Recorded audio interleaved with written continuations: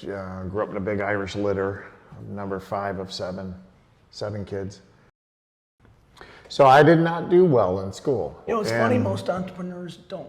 They all dropped out of college. Yeah, most don't. Yeah. It's I a never went long list of people that didn't. School is not meant for everyone. Yeah, well, it wasn't for me. I went to school to chase girls. What was the biggest? To chase issue? girls and go to gym class. Too many distractions. We're talking back to grade school even? I was never good at school. You know, I went to first grade. I had a disease called Perthes disease when I was in first grade. What is that? I don't know. And one leg is short. I don't talk about it because I think I'm messed up from it.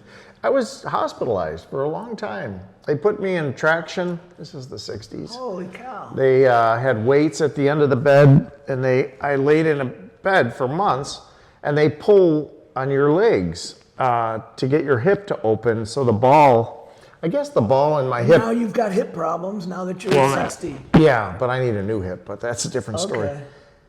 It was bad. Like I was hospitalized for months, and then I was in a wheelchair, and then I had to be homeschooled.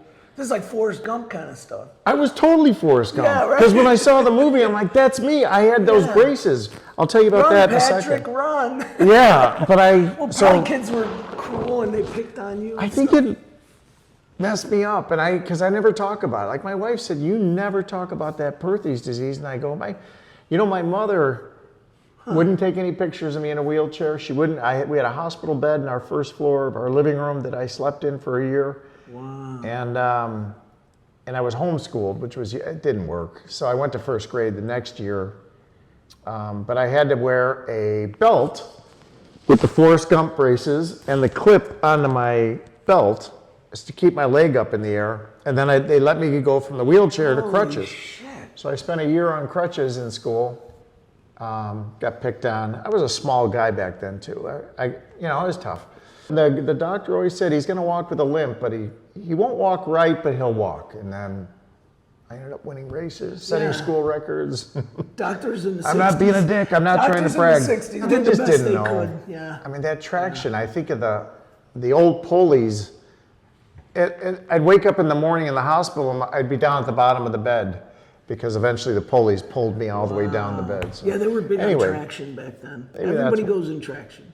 Yeah, back then in the 60s. Yeah, right. It was a big Maybe thing. that's why I got screwed up. I don't know. Yeah, wow. So anyway, I went through that. I'm born in Pasadena, California. Oh, I didn't know I don't remember that, but I guess that was You were beautiful. young when you moved to Chicago.